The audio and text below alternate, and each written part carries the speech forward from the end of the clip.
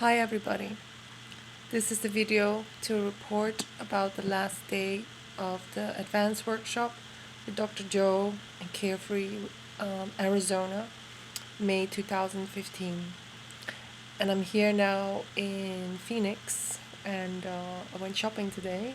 So I bought this very exotic looking, I think it's called a poncho.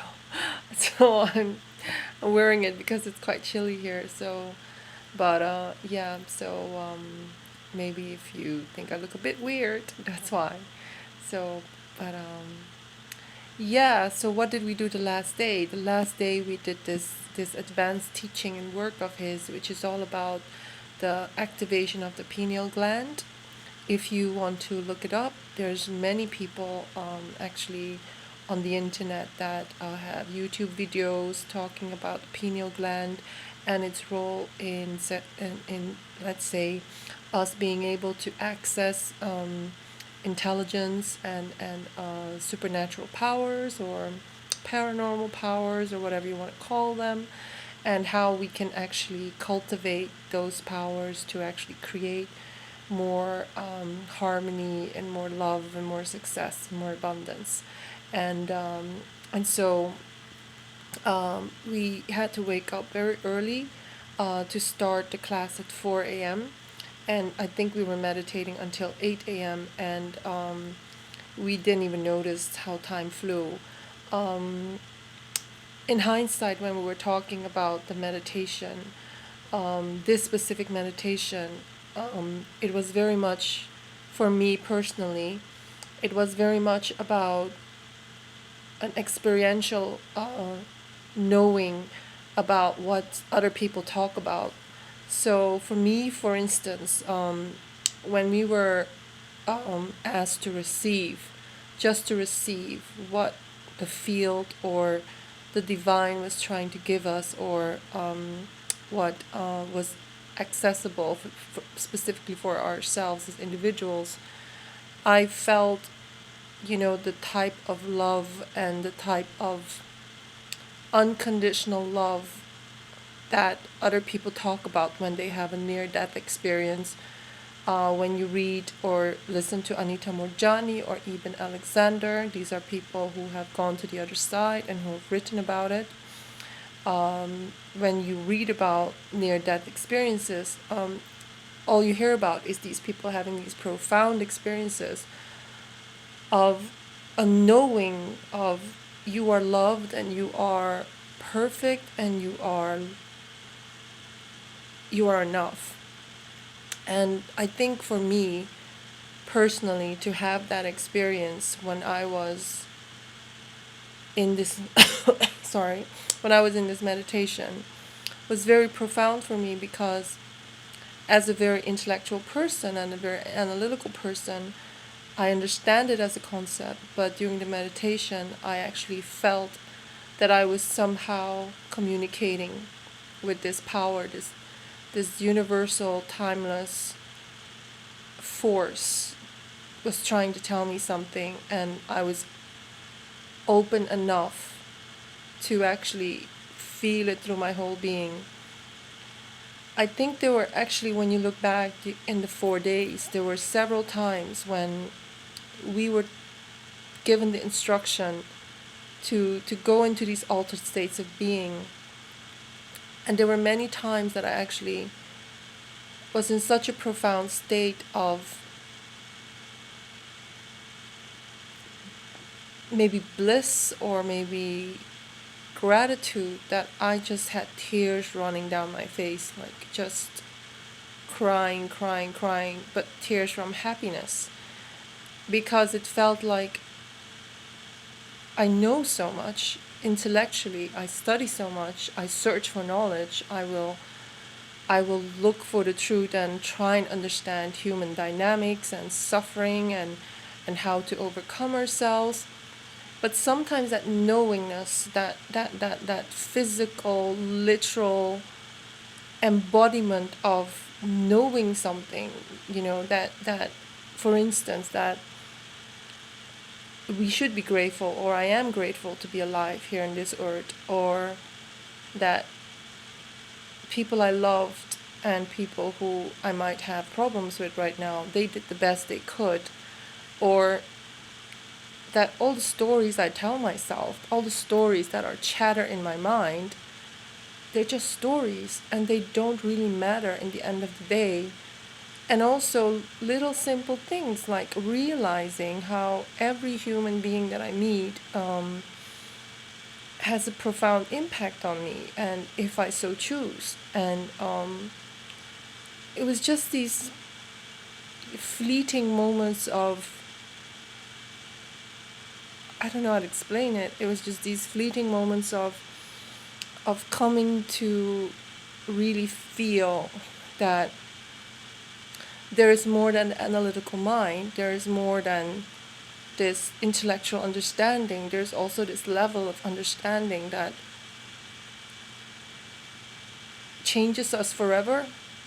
And that is what I got in these meditations. That's why I can say that in 1 or 2 meditations, like in day 1 and day 2, I already had meditations where, some of the things that I've been working on for myself to overcome, actually, they somehow were resolved in 1 or 2 meditations. And so somebody was asking me on Facebook, is it enough to meditate?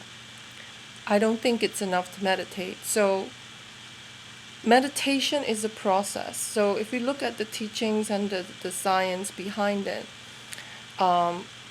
we are a lot of programs. So basically automatic conclusions and automatic decisions that have made us like Pavlov's dog. So we're conditioned to react to certain triggers in certain ways. So let's say, you talk about bills and we get in panic attack, or we get to worry, or we talk about, let's say, work and we get all stressed out, or we start to think about the worst case scenarios, or that could be for relationships. So anything that we feel is based on an emotional conditioning from the past. And I have to heal my cold. And when we realize that we are conditioned in such a way, it takes more than mental affirmations and talk therapy to get over these hardwired programs in our body. And my computer just freezes sometimes, and then the light goes off. And to overcome these things, we have to do more than talk about it and understand it. We need to go from knowing to doing to being. So this is what he talks about in his 2 first books. And so knowing, doing, being. Knowing is not enough. You have to do it, and then you become it. You start to embody this new state of being, of desired change automatically. It's like unconscious competence.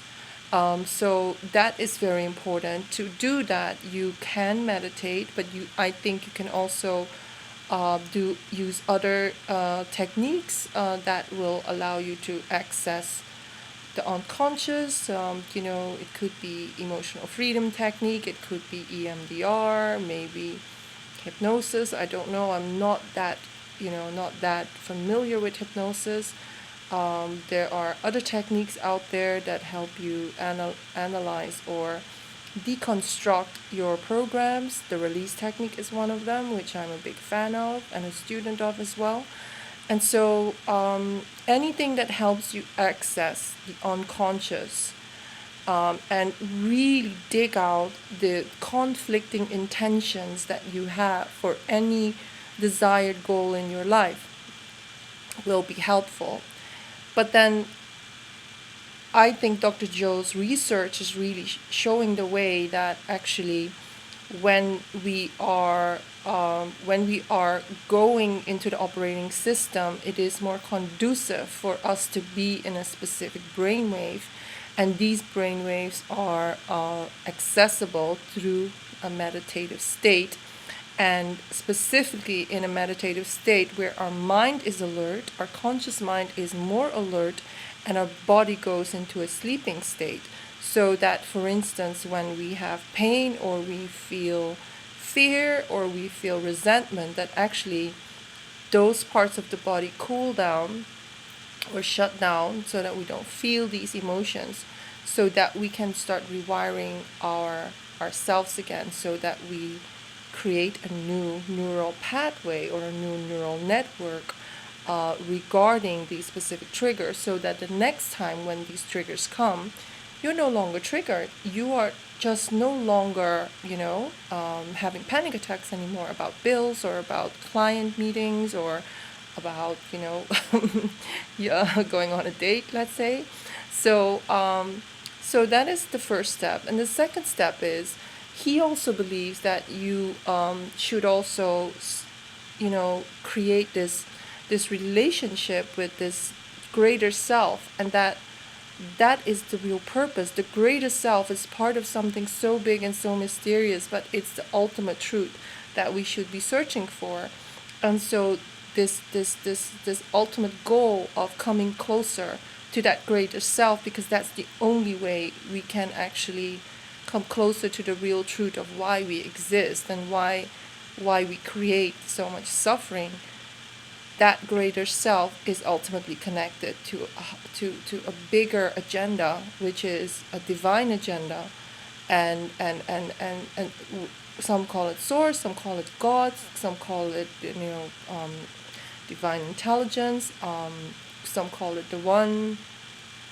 I don't know how you call it, but there is a process in which he believes that when we start to change, we are actually going to be allowing this greater source to actually run through us. It is already in us. It's just that we have set up so many barriers to actually have it work through our lives. And his teachings go much and much further. I mean, the thing is, I don't want to really share that much about his teachings, because you really have to go to his workshops and do his work, because otherwise, you would probably be misinterpreting it, and because there's a lot of possible misinterpretation. What I'm trying to do here is just to share for myself and for my friends what I experienced. So first is to ask, so how do we change? Meditation is not enough. It is a first step. It is a way to access the unconscious. The second thing that I think where his method really differentiates itself from other methods is he really endorses or advocates that we should be developing a conscious relationship with the greater self, which is part of the divine self, and that is one of the most important purposes of our lives, is to let that divine self express itself through us. When he did his research on why people were having spontaneous remissions from diseases and things that, where science didn't have an answer, it is because people surrender to this greater self. So it was a huge element of their healing and of them overcoming their addictions and things that where science didn't have an answer. Science cannot explain God. Science cannot measure God. It cannot quantify it. It cannot, prove that it exists, but it also cannot, cannot prove that it doesn't exist. It's just something that science cannot cannot touch. We cannot make it tangible. But what he has seen in the cases of spontaneous remissions is that people, when they start surrendering to this greater self or to the divine and they allow it to work through them, what that means is that their mind gets out of the way, their questions, their skepticism, their analytical mind, their excuses, they get out of the way. So that is why this developing this relationship with the greater self and divine mind or the divine intelligence is so amazing, is so powerful, because we say, I get it now, I am the problem, I am the problem, and I am the solution. So, but the I that is the solution is not the same I as the person that created the problems. And so from that standpoint, taking responsibility and taking ownership of the healing process, or of the changes that need to happen before we can create or manifest all these desired changes. It's a fundamental part. It's not enough to go to a hypnotist or a healer or a coach to tell you what to do. You need to become that change. You need to identify with that new personality that can create or allow in this new reality that you desire, whether that is financial, whether it is romantically, or whether that is socially, you know. So, and I think another thing that's very important is also that he believes that, when we get out of that meditation or whatever change process we have to be aware, we have to be conscious and awake every moment of the day. We have to live, we have to live our lives being that unconscious, being that conscious person observing the unconscious self. We need to be aware when the voices of the old self come up, the habits of the old self come up. When you read his books, he has you make all these lists of when you can actually catch yourself being the old self, and when you actually immediately have to intervene. And meeting all these students from all over the world, it's great to hear them. The ones that have healed themselves from debilitating diseases, they would actively and with a lot of discipline implement what he says. Even like parts of his meditation, they will be aware of it during the day. And so yeah, so it's not enough just to meditate. It's an active process of change that will actually, allow you to go from unconscious to conscious, go from, being programmed by your old self and not having a choice, to creating choice. Another thing is, when he talks about manifestation, creating matter out just through our mind.